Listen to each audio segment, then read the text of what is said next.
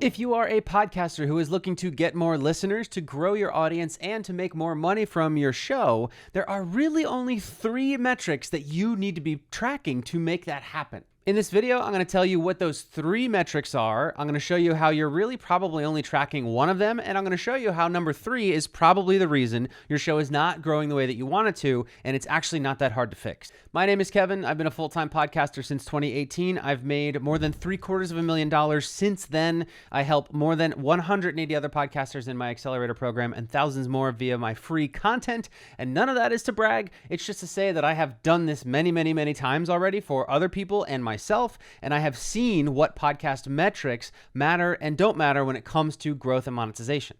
And these are actually some of the most common questions that I get from podcasters, like what metrics should I be tracking? What hosting platform has the most metrics? How can I get better analytics? This is a good thing. Data is really important, and you should be looking at data to see if what you're doing is actually working. It's true. But many podcasters are looking at the wrong data or no data at all. And without good data that actually matters, it's impossible to make good decisions and actually make progress towards your goal. Now, the thing about the podcasting world is that podcasting is decentralized. This means that podcast content is not really housed and distributed by one major company that gets to make all the rules. For example, Google controls YouTube. They make the rules. ByteDance controls TikTok. They make all the rules. Meta, the company formerly known as Facebook, owns Instagram and again, makes all the rules. Podcasting, on the other hand, is completely decentralized. This means that the storage of the content and the distribution of the content is handled by many different companies. Companies like Libsyn, Anchor, and Buzzsprout, and hundreds more, control the storage of podcast content, and companies like Apple, Spotify, Amazon, Overcast, and 100 more of those control the distribution. It's not one big company, one big algorithm. There are tons of pros to the industry being decentralized, like there's no platform dependency. There's no reliance on a mysterious algorithm that changes all the time. And it's pretty nice to not have your content business be subject to the whims of the tech moguls and their minions. But there are also some drawbacks to decentralization as well. Like the fact that in podcasting, there's no organic reach. There's no single way to quantify how many subscribers you have. And yes, there is very little quality data to choose from because the experience is spread out over so many companies. That last one, though, having little data, is actually not as bad as you think, and sometimes it can be considered a pro. That's because having too much data is actually just as bad as having no data at all, because you really don't know what to do with all that data, so it's like you don't know anything. So I actually kind of like that podcasting limits us to the numbers that we can look at for success. It makes it easy to just track a handful of things. Given this, there are only 3 metrics that I track when it comes to my podcast. Can you guess what they are? Go ahead, guess. Are you going to guess? Okay. If you said downloads, you're right. That's the big one, right? And 2 of the 3 metrics that I track do indeed have to do with downloads. The third one, like I said earlier, is the one that I bet you're probably not tracking, and it actually has nothing to do with downloads, but we'll get there. The first metric that I track does indeed have to do with downloads, and there is a good chance that you're already tracking this one. It's the number of downloads that an episode gets within the first 30 days of it being published. That one is an industry standard, and most podcasters know that that's, kind of the barometer when it comes to download performance. But I actually don't care that much what that number is. A lot of podcasters live and die by that download number. For me, I just worry about whether it's changing, whether it's going up. There is no arbitrary 1,000, 5,000, 10,000, 100,000. I don't really care. I just want to know that it's growing, right? It's going up episode after episode. So really, when it comes to downloads per episode over its first 30 days, what you want to track is that number is going up like 5 to 10% every single episode. Now, that's a lofty goal, but it's something to drive towards. And let me let you in on a secret. You should not be worrying about monetization of your podcast at all unless your download numbers are going up. Because if your download numbers are not going up, that means that the show is stagnant, but we all know something's either growing or it's dying, so that means that your show is dying.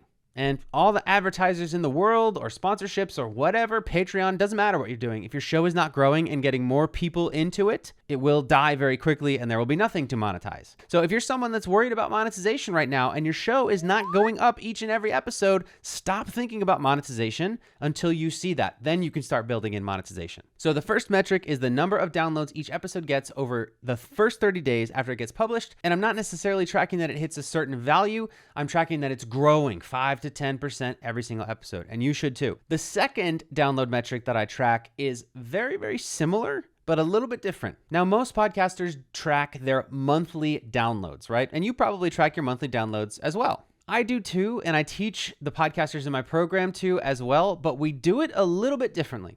We don't just track monthly downloads, we track what we call MDER, monthly downloads per episode released. That's where you take your overall downloads that you got in a given month and you divide that number by the number of episodes that you released in that month. This is important to do instead of just tracking monthly downloads, even if you have the same release cadence every single week. This is because some months out of the year have 5 weeks. Most of them have 4 weeks, right? So there are a handful of months where you will be releasing, if your show is weekly, 5 episodes instead of 4. If you only live and die by monthly downloads, then the next time there's a month where you publish 5 episodes, you're going to look at your metrics and say, yay, my show grew 25% this month. Wow.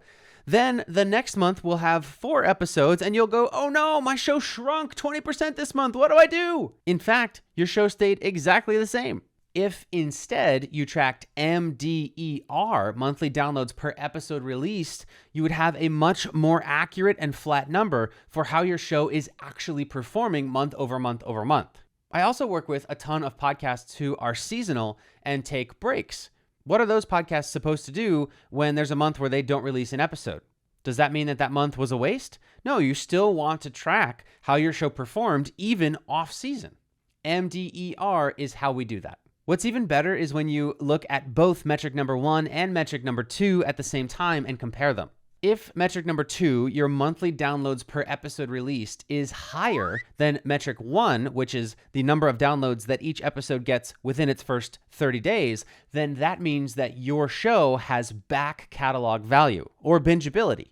What do I mean by that? It means that people are listening to more episodes than just the ones that you released. So for shows that are super bingeable and that are growing, where a listener discovers the show, binges a bunch of episodes, goes back and listens to episodes from the past, those shows will have an MDER that's double the 30-day download rate, which is a great sign. It means that your show is evergreen, it's performing well, and people are becoming raving fans. If your average 30-day download rate and your MDER are the same, that's okay, but that just means that people are not listening to any episodes other than the ones you're publishing. So your show does not have any evergreen capability. Whether or not that's true kind of doesn't matter. Like if you have a talk show about, football, for example, it doesn't make sense for listeners to go back and listen to episodes from 2 months ago. So that's not really a big deal, but it's just interesting to know. Okay, so metric number 1 that you must track, you've probably already heard of. That's the number of downloads that each episode gets within its first 30 days of publishing. Metric number 2 is a bit of a twist on probably how you're currently measuring your monthly downloads, which is monthly downloads per episode released. But what is the third metric that you should be paying close attention to and you're probably not? Can you guess what it is? What, you're really not going to guess when I ask you to guess? If you guessed anything about audience demographics, you're wrong. Unless you have a podcast that's a volume play, you have downloads, 10,000 downloads plus, and you're working with big brand advertisers that care about things like demographics, then you really should not be looking at that or caring about it at all. I already have videos on this channel that teach you how you should be worrying about your audience, and it has nothing to do with gender or age or location or anything like that. I've seen too many podcasters waste their energy obsessing over whether their audience is 55% male or 54% male, or whether their show is listened to in 12 countries or 13 countries. I'm telling you, it doesn't matter. Don't even look at it. The one metric that I think is the best indicator of a podcast's growability and whether it can become a 6-figure podcast is this: completion rate, also known as retention rate. For this video, I'm going to use the word completion rate because that's what they use on Apple Podcasts. Completion rate is, on average, what percentage of each episode your listeners are listening to before they stop listening to that episode.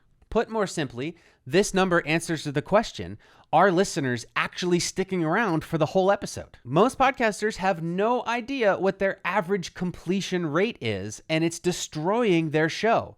Here's why. There's a really good chance that whatever you're trying to do to grow your podcast is actually working better than you think it is. But it doesn't look like it because your download numbers are not really growing, or they're staying the same, or worse, they're shrinking. So how is it that the growth strategy is actually working better than you think it is? Think of your podcast audience as a bucket, and every listener is a drop of water. Your goal is to get that bucket as full as you can, right? You want your audience to grow, to be as big as possible. And that's awesome because the cool thing is, as the bucket fills up, it grows. There's no limit to how big your audience is. So if that's true, then why is your bucket still empty? It's because it has holes in it. When a drop of water or a listener enters the bucket, it immediately leaves. You could have the biggest fire hose there ever was, aka getting a huge feature or getting a celebrity to spread the word or something that gets tons of water to go in the bucket. But if the bucket is leaky, they're going to be gone by the next episode. It's pretty frustrating to try to fill a bucket that has a bunch of holes in it, right? Okay, cool. So how can I find out if my podcast is a bucket with a bunch of holes in it? Completion rate. By looking and seeing when it is that listeners are turning your episode off. If you're like most podcasters who have never looked at this metric, there's a very good chance that your leak is at the very beginning of the episode. Because if you don't hook your listeners within the first 60 to 90 seconds and make them feel like they made a great decision when picking your podcast episode to listen to, they're going to turn it off. And they're going to go listen to one of the other podcasts that your podcast is competing with, like Joe Rogan or Ben Shapiro or This American Life or The Daily or Crime Junkie or literally any other podcast that exists, because you're competing with them. Because it's true. When listeners turn on an episode and they don't immediately feel like they made a great choice, they turn it off and pick a different show to listen to. You're a podcast listener too. You've done this, right? That's what your listeners do. And here's the worst part. When you turn on a podcast episode and you start listening and it's confusing or it's boring or they just babble and they don't cut to the chase, or it's not what the title promised that it was, if any of those things happen, you immediately bail as a listener and you never come back. So if you're wasting your chance when a listener presses play to hook them in and make them feel like they made the best decision of their day by choosing this podcast episode to listen to, they're going to leave and never come back. I'm not kidding. This is the biggest reason that most podcasters' shows are not growing. It's not because they can't get listeners, it's because they can't keep them. In almost all cases, if you just spend a little extra time to make a really great podcast intro, you cut to the chase, you make them understand why this is going to be a great podcast episode, you don't waste time by talking about the weather or talking about your website or anything else. If you don't do any of those things, you're going to be in good shape. And after that, you actually have more leeway to dive into some deep stuff. But if right when they press play, your listener gets bored or they get confused, they're going to leave and they're never going to come back. They're never going to listen to your podcast ever again. You don't get second chances. Do you now see why completion rate is the silent killer podcast metric? If your completion rate is on average not more than 50%, then you've got some work to do. That means that you need to turn your attention to making a better intro or making a better show or not digressing and going on random tangents. Random tangents might be fun to talk about, right? It's fun for you to have the conversation that goes literally anywhere, but it's actually not fun to listen to, and most people get confused and they dip. If you improve your retention rate to beyond 50%, your show is going to grow faster. Even if you don't change the growth strategy that you're using now, you will get better results. So how can you check what your completion rate is? I'm about to tell you, but before you do it, brace yourself because it might not be good. But that'll actually be a good thing. Or if your thing is good, great. Keep watching it to make sure it stays good. Here's how you check it. You can either go into Apple Podcasts Connect and just log into the Apple ID that owns your podcast, or you can go to Spotify for podcasters and similarly claim your show and you'll be able to see retention data. I'm going to show you how to do it on Podcasts Connect. So here I'm logged into Apple Podcasts Connect. You can see that this Apple ID owns 3 shows. If I go up to the Analytics tab and click on the show I want to check, here's checking Grow the Show. First of all, when you see the numbers that pop up, understand that Apple Podcasts is a percentage of your listener base. It's not all of it, right? So it's like usually 30, 40, sometimes a little bit more than 50%. But the numbers that you see are going to be a subset of your listenership. But it's okay. It's going to be a significant sample size and enough for you to make decisions off of. So when you look at this and you go into the analytics dashboard, you're going to see all of your recent episodes. I tend to put it on all time. I think it defaults to the past 60 days. But if you look here on the right, you can see average consumption. That's huge. That's a huge, huge, huge metric. And so here you can see that Grow the Show has averaged probably somewhere between 70 and 80. If I look at these numbers, maybe like 76 or something like that. 76%, which is really, really, really good. You want to be above 50%. And so, you know, if your numbers are low, so if you're seeing 10% or 5% or 20%, that's how you know that you have a leaky bucket, and that your listeners that you're getting are tuning in and they're like, nah, and they don't listen to the whole episode, right? So this is what you have to fix. You got to fix the bucket before you focus on filling the bucket even faster, right? So how do you know what part of the show is the part that made them get confused or leave? Well, if you click on the actual episode, you'll be able to see. So my most recent episode has actually a lower completion rate. It just came out 2 days ago, so this might get improved, but it has a lower completion rate, pretty significantly lower on average than the more recent episodes of Grow the Show. And that actually makes a ton of sense, because with this episode, we did a very, very different intro and got a little cute with the introduction. And we didn't do what I usually do with the intro of the Grow the Show podcast, which is cut immediately, like the second you press play, to why this episode's going to be great. So why don't I click on a recent episode that has a better consumption rate that shows you that. So 74% is really, really great. One of my recent episodes, The Only Way to Monetize Your Podcast with Dave Jackson. If you click on the episode, you see this. Now, if you're a YouTuber, this is going to look familiar to you. If not, totally fine. This shows you an exact map of when the people who tuned into your podcast episode on Apple Podcasts left. And so what does this mean? As this graph goes down, that's you seeing, as the episode goes on, listeners leaving. And what's really cool about Apple Podcasts is that they let you play the episode and see exactly what was said that made people leave. So here you can, now, first of all, there will always be a big drop off immediately. That's always going to be the case. You will never, ever have 100% completion rate. That's totally normal. So you'll always see a big drop off here. What I'm willing to bet is that if you haven't ever put any energy into getting a really, really great and compelling intro, where literally it's play and then you start selling them on listening to the rest of this episode, you're going to see a massive drop off here. That's great news, because now you know why your show, one of the reasons anyway, why your show might not be growing. It's because the intro is not hooking people and they're not actually listening to the episodes.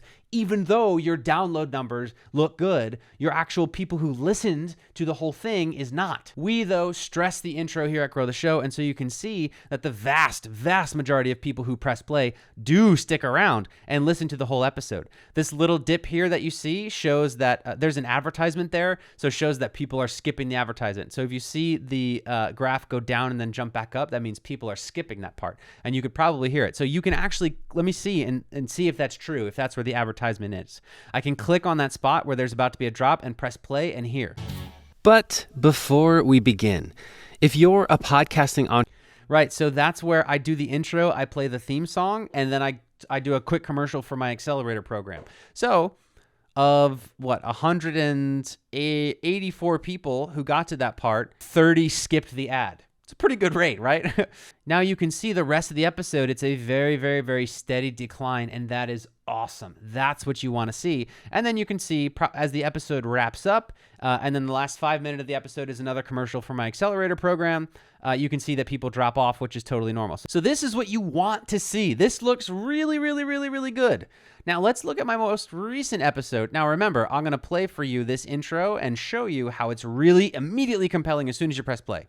Okay, so it has been made super loud and clear by the Grow the Show community that you want to learn more about podcast monetization. Most of the episodes of this podcast, Grow the Show, focused on just that, growing the show. But you're a podcasting entrepreneur. You're not just here for growth, right? You want to make money.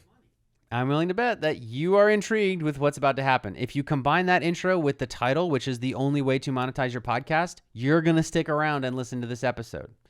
Now, the more recent episode has only a 57 completion rate, and I actually haven't looked at this yet before making this video, but I'm willing to bet that you're going to see a steeper drop-off at the beginning because with this episode, we got a little cute with the intro, and it's not as just clean and hard-hitting. Yeah, so a significant drop-off. Not too much. Also, this episode came out 3 days ago, but pretty early on, you can see that there's a bit of a drop-off, and you can listen. The intro is a little bit more different. If this were a Planet Money episode, the way we would probably start is we might want to start like in failure, maybe. Yeah. That intro will probably perform really well if you're a Planet Money listener because Robert Smith has a very distinct voice. And if you're a listener of that show, you will recognize his voice and be like, oh my God, it's Robert Smith of Planet Money. But if you don't know who Robert Smith is, you're probably like, who the heck is this guy? What's this episode about? And so there's a chance that people heard that, don't know who Robert Smith is, didn't know why they had tuned into that episode, and they left. That's a risk that I really wanted to do this podcast intro because I wanted to be creative with it, and it was just super fun. A dream to have Robert on the show. Here's another one of my episodes that doesn't have 42% is not a good retention rate. This is a rebroadcasting of an episode that we have already played before. Yeah, so you can see it, a much sharper curve, right? Let's see what it sounds like. Hey, Kevin here, and the Grow the Show team is actually taking off this week from producing new episodes. So first of all, republishing old episodes is great. It's better, in my opinion, than not publishing anything at all if you're taking a small break. But in this case, a lot of people will hear that and be like, I don't want to hear an old one. And also, I know that there's a lot of listeners of the show who have already heard this episode with one of my mentors, Alex Hillman. But here's an example of a steep curve in the intro. And so if you see a steep curve, that means people are pressing play and then they're dipping, right? What you really, really, really want to shoot for is something like this. This is a solo episode that I did, and that is some good retention right there. You should also note that the longer your podcast is, the vastly shorter your retention rates will be. So keep that in mind as you go. If you're somebody that does 4-hour-long podcast episodes, that's just the nature of the beast. I would recommend that you shorten them. So now I invite you to log into Apple Podcast Connect, look at your retention rates, and see how they look. If they don't look the way you want them to, poke around and see where it was that you lost people. Odds are you probably either bored them or confused them. And that's what you need to improve if you want your podcast to grow, because once people dip, they don't come back. Or at least it's very, very, very hard to get them to come back. You have to get them to retry the show, which is even harder than getting a stranger who's never heard of you to listen to the show. So now you understand why this metric is the most important and is the silent killer that will kill your show. After you lock this in, I personally guarantee that you will have an easier time growing your podcast because you will have a better podcast. If when you do go in and check your retention rates, you see something and you're not sure how to interpret it, feel free to comment below and let me know and I can try to help. Or even better, join us in the free Grow the Show Facebook group. The link is in the description, where we have more than 2,000 other podcasters who are familiar with retention rates and can help you figure out yours so you can actually start to plug the holes in your leaky bucket and start to accumulate the audience size that you want and eventually monetize that audience in the way that you want. And of course, if you found this valuable at all, please let me know below so I know to keep making videos like this. And as these YouTubers say these days, hit the subscribe button and like and whatever it is you got to do to make my YouTube channel grow. I'm a podcaster, darn it. And finally, if you really want to dive into what my main strategies are to start, grow, and monetize a 6-figure podcasting business, check the link in the description for my 60-minute masterclass that walks through all of that stuff. I promise you it's got way more mind-blowing stuff like the one you just got in this video. Anyway, that's it for me. My name is Kevin. I'll see you in the next one.